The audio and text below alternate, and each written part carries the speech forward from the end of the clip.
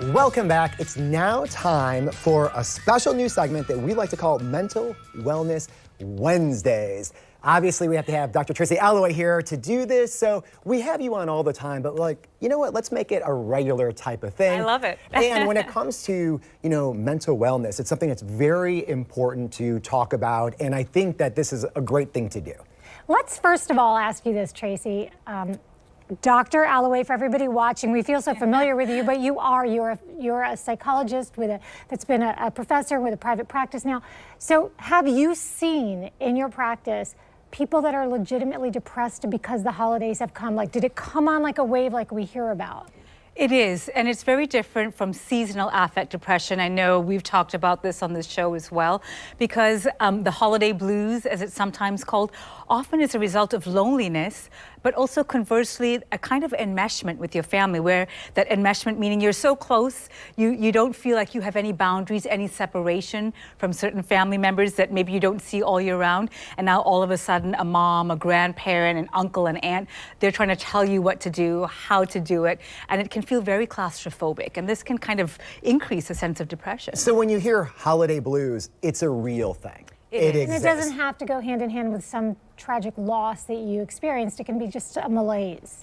It is, and it's often triggered by the holidays. Oftentimes, psychologists notice this picks up end of November around Thanksgiving and kind of persists throughout December. And again, it's either loneliness, you kind of looking around, you're seeing images of happy people together and you feel you're not part of that, or conversely, you feel your boundaries aren't being respected because of people thrust upon you in your life. That makes a lot of sense. All right, so what are some things that we could do to help alleviate this? Yeah, one of the things I really am excited about with Mental Wellness Wednesday is that we get to look at cutting edge, kind of hot off the research press ideas.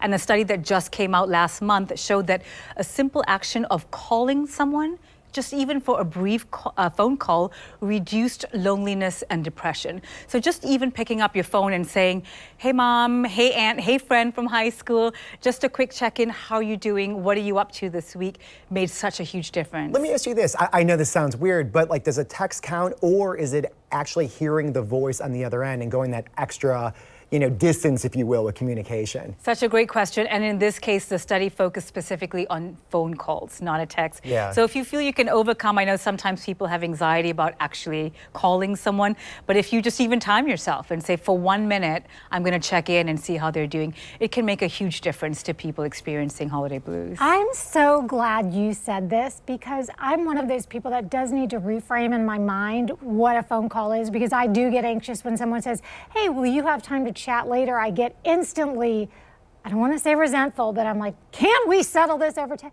And then I had a nice long talk with a high school friend just last week, and it made my day. Oh, and, good. I think if you reframe it in your mind and you say, this is actually going to be something that cheers both of us up, instead of it being a time crunch kind of deal. Sure, and if you are sometimes with anxiety too, a lot of it is triggered by not knowing when it's going to end, not knowing what to say. And so even having a quick script, hey, I'm going to say these 3 things and I'm going to have a timer, and so I know I have a kind of escape way here. I like that, and I think a lot of times, just how we live now, it might just go straight to voicemail because everybody's busy and stuff, but having that script to get those, 3 things, hey, just want to let you know I'm thinking about you, hope you're well, something like that makes a world of difference. So I like that one a lot. It's super easy. We could all do that. Absolutely. And then there's another one on here too, right? So really, it's all about, activity on a daily basis. Yeah, and this is something I tell my clients too, because a lot of times if we don't have something to look forward to, it can make us kind of slip into a slump even more. And so I say this to my clients every day: wake up and be intentional. Pick a happy activity. I call it a joy activity. Maybe it's having coffee from your favorite place. Maybe it's I'm going to set aside 30 minutes and listen to my favorite book on tape, or on audiobooks, or read or watch a show. But be intentional and actually pick an activity that you're going to look forward to all day, and then really get joy from that activity. And with just a few moments left, we don't want to leave this one off because it's a great one. Volunteer. Yeah, I love this one too, Eden. There is so much research to show that volunteering increases our sense of altruism.